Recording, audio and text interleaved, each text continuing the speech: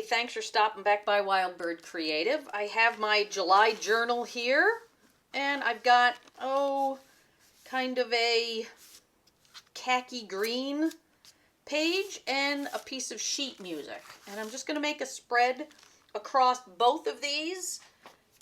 Just feeling summery today. So I've got some tissue that has, nice, cool watercolor, oceany feel to it. I'm just going to work with that. And I'm going to work with just a page that has some different yellows on it. It's an old calculus book page. Just having fun. These will be great colors on here. You kind of can't go wrong. Let me trim off this kind of raggedy edge because it's not going to work. Get my glue stick.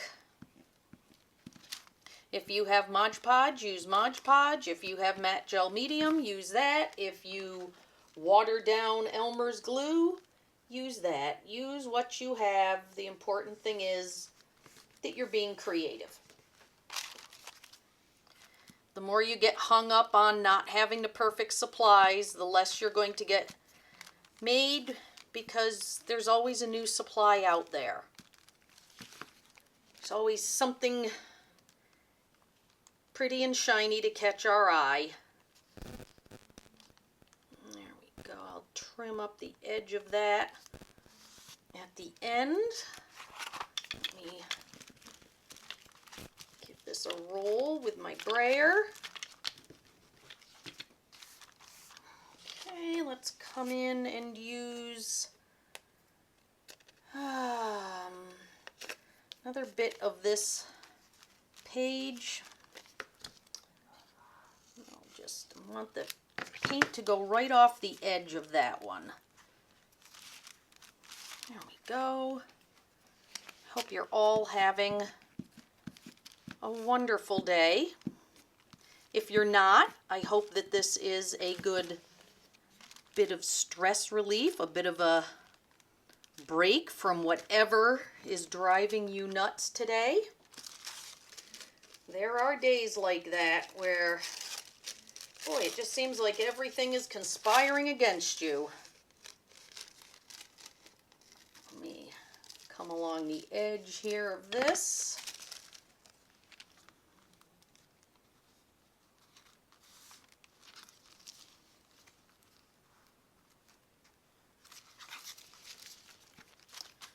Let's just keep gluing things down. There we go. Okay, and I'm going to put this near the gutter, but it will be okay because this is a loose enough binding that it's not going to make it difficult to close. There we go. We've got some good colors happening here. And I've got this little piece that I think what I'll do, it's just a smidgen. And I think I will tear this in half and use it, but I'm going to set it aside for right now. I don't want to have it drift off the edge of my table because then I'll never find it. Things can get buried pretty quickly while you're creating. Doesn't take much for you to set something down and then you go to reach for it and it's not where you thought you had left it. You know what? I am going to continue that right over the top of that one because I like the way it creates a nice swoop.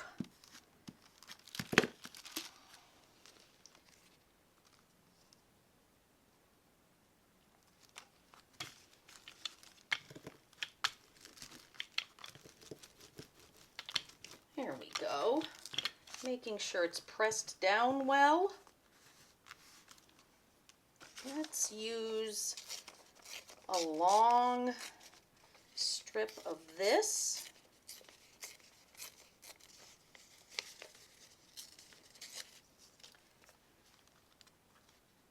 And we'll put it right there. Now on top of this, I'm thinking I do want to do some stenciling. So I'm not covering the whole background. Plus, I don't want to lose these little bits of musical notes. Let's see, let's bring these back in. I think I'll put one over here and one on the other side. I like how that dark blue is in contrast to everything.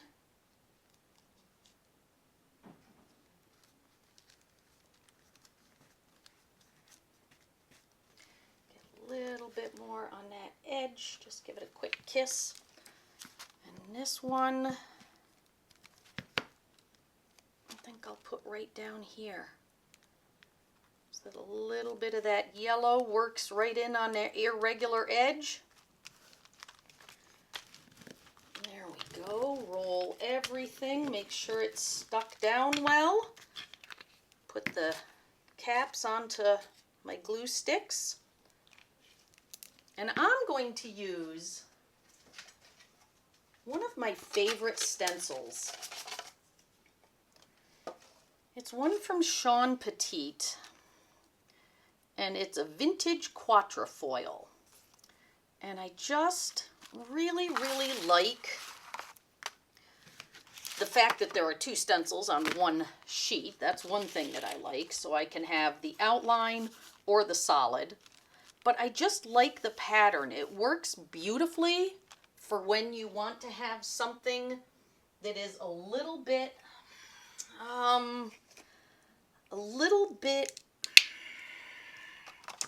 random. It's the perfect stencil for having things random. You can cover the whole page, but if you just pick out parts of it, it makes a lovely impression. Plus, another nice thing is it's easy to line back up as you move it around.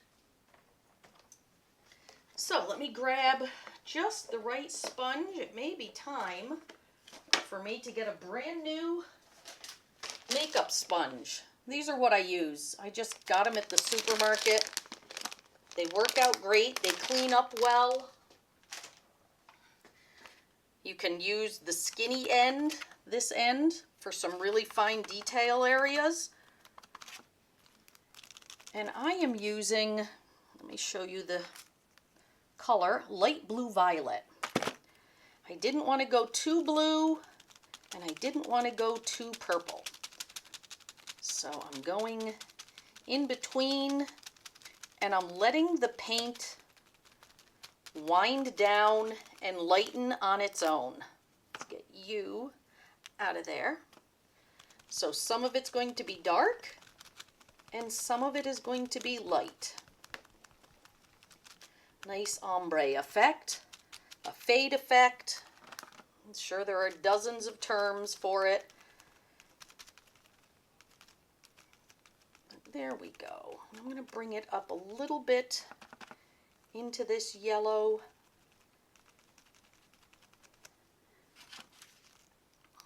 So there it is, and then all I need to do is just slide it over, line it up, and keep going.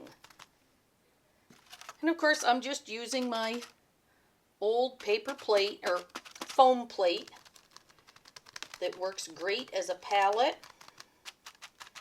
I use it until it is an absolute mess. And then I get rid of it and bust out a new one. I do have regular artist palettes too, but I find the paper plate fits perfectly onto the workspace. I don't have to worry about it eating up too much space. It sits nicely right on the side. Okay, there we go. Keep coming over.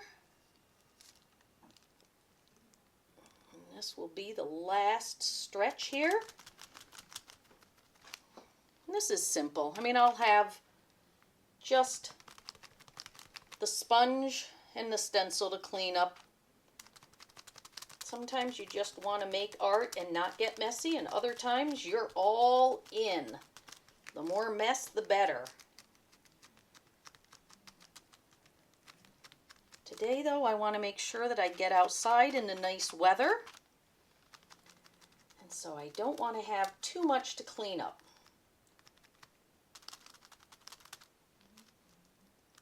So there we go. Let me put a little tiny bit in there. Just feather some in.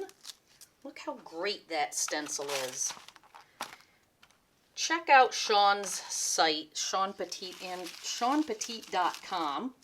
She has loads and loads of stencils. Oh. Okay, so I've got a couple ideas for what I want to do next. I have these flowers from a previous day of fun. I just have to decide which one I want. I'm kind of leaning towards this one, but then I also like this one. I don't think I can go wrong either way. I do want to touch this up quickly though. While I've got it, I want to add a little bit more and soften that one up. There we go. The one thing with makeup sponges is they can leave a hard edge, which you can work with, but I still had some paint and the stencil wasn't in my water bin yet for cleaning. So I think what I'll do is use this. Now all this is, let me grab the stencil. It should be in here, no guarantee. Here it is. So there's the stencil right there. Another one from Sean Petit. And all I did was take a piece of regular old tissue paper and I did a rubbing. And I did it in black and I did it in pink. So it's got a little bit of a shadow to it. And there it is. I mean, just something simple. I did a bunch of them one day so that I would have them. And I think I'm going to put that right there. And I am going to actually use my Modge Podge. I could use my matte medium, but my Modge Podge is sitting right here. And let me grab just my old beater brush. You can probably hear it scraping. It's on its last legs, but that's okay. It still has a couple more projects left in it.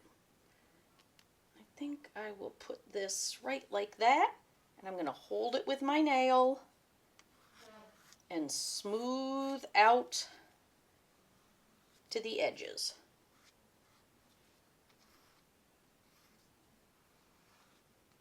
Just slow and steady.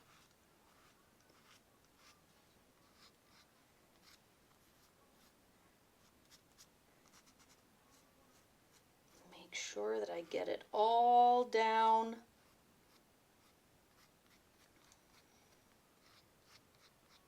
And once it dries, it will be basically invisible.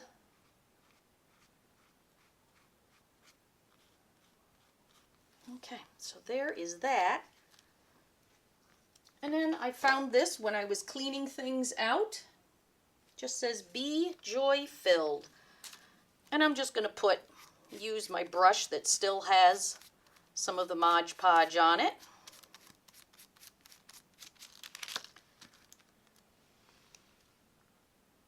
And I think I'm going to place it right there. Move that to the side. And I want to add a little more detail over here. And I think what I'm going to do is just grab a stamp. I've got plenty to choose from, that is for sure. I think what I will use is, if I can open this, just a couple that have some text on it. Maybe one with a curly Q. These are from Stampendous. And I will use black. And I'm just going to come in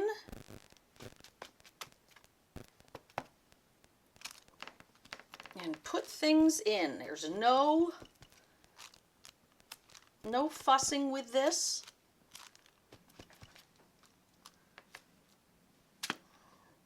You just kind of eyeball it, see what you like, see where you like it. It's just adding a little bit of detail. Breaking up that background a little bit more. And text is always good for that. I love a good text stamp. I like a curly Q one too.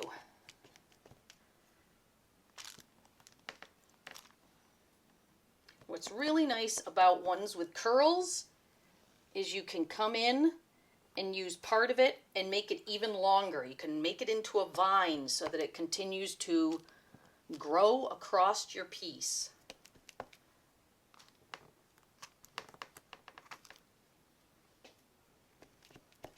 Put one right down here. Let's put one along the edge. And then let's grab this one again and put it right there. And yeah, I'm going right over the wet Mod Podge because I'm going to clean these up immediately.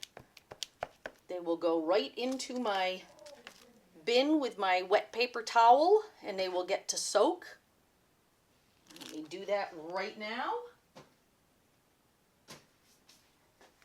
Put the lid on this. And I'm thinking I need another color in here. Thinking what I really want is a touch of pink. Just for some oomph. And I'm going to bring in my Hero Arts Conversation Dots. And just put a few of these in. They'll just add a little extra interest and a simple pop of color and very light text. I mean, this one is such fine text that it wouldn't even actually show up if I were to use it on this.